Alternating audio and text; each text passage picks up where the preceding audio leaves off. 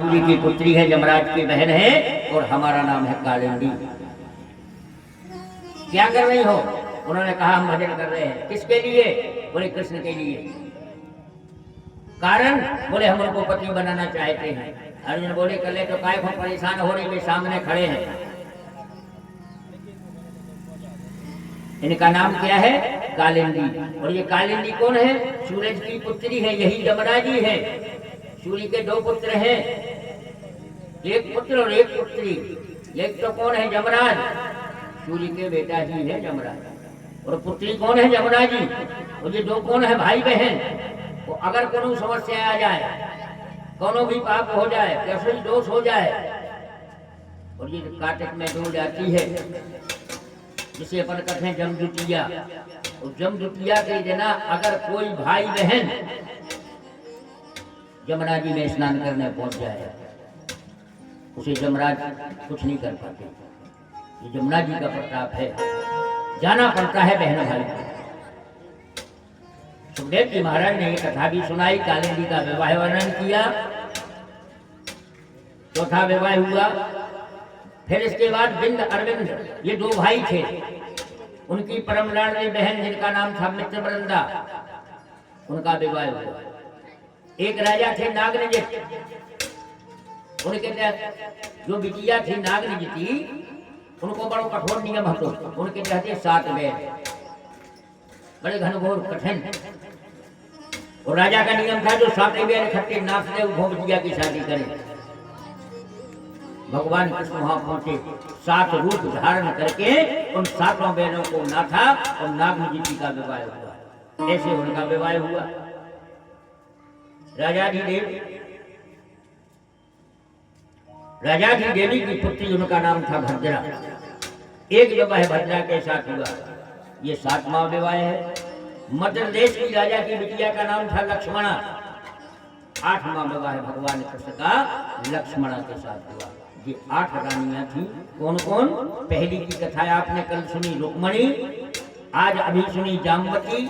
तीसरा विवाह सत्यभामा, चौथा कालिंदी, 5वीं मित्रवृंदा, 6वीं नागनिजिती, 7वीं भद्रा और 8वीं लक्ष्मणा। ये 8 रानियां थी भगवान कृष्ण की। उसके बाद जो 16,000 हैं, ये 16,100 कहां से हैं? एक राक्षस था जिसका नाम था भौमासुर। इसके मन में एक बहुत बड़ी जिद पड़ी थी। वो कहीं से भी मिल जाए किसी लड़की को, उसको पकड़ लाता था, वो अपनी जेल में डाल देते। इसका काम ही ये था, जो व्यक्ति किसी के पास में धन आ जाए, धन का दुरुपयोग नहीं करे। ताकत आ जाए, बल का दुरुपयोग नहीं करे।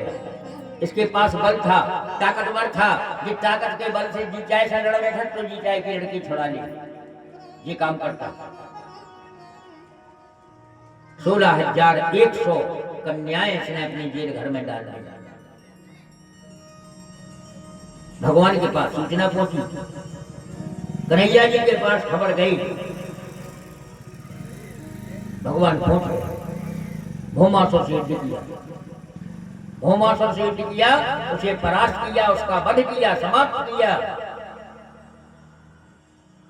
जब वो खत्म हो गया, अंदर गए भगवान, कारागार खोला, उस जेल को खोला।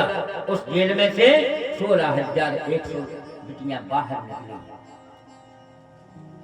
ये कन्याएं बाहर आई, भगवान के नेत्र सजल हो गए। भगवान ने कहा बेटी तुमने बहुत कष्ट होगा, जाओ अब तुम अपने अपने घर को, तुम स्वतंत्र हो। भी कन्याएं बोली प्रभु हमें आप एक उत्तर दे दो। भगवान ने कहा क्या? चले हम कहां जाएं?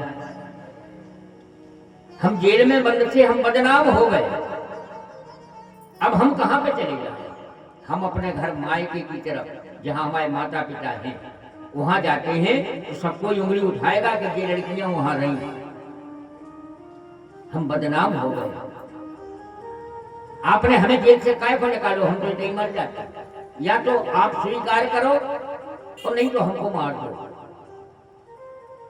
अब भगवान चक्कर में पड़ गए कि हमने कहा जेल में से काढ़ो, अब इनको क्या करें। 16,100 रूप धारण करके भगवान कृष्ण ने उनके साथ विवाह किया। वे हैं जी 16,100 और 8 वे हैं, इसलिए पूरी कितनी हो गई? 16,108। द्वारकापुरी में आए,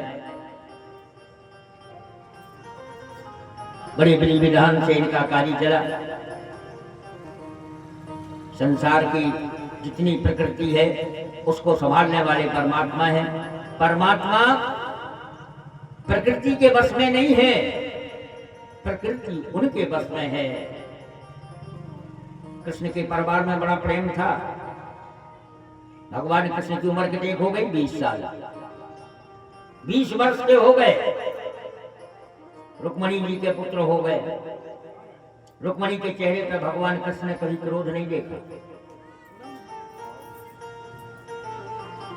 राजपुत्री पताम जमो गभई, बड़े प्रेम के साथ रहे। आज तो 2 भैया इकट्ठे रह पाओ, एक परिवार में 4 जने इकट्ठे नहीं रह पाओ, आपस में कलह पैदा करते हैं।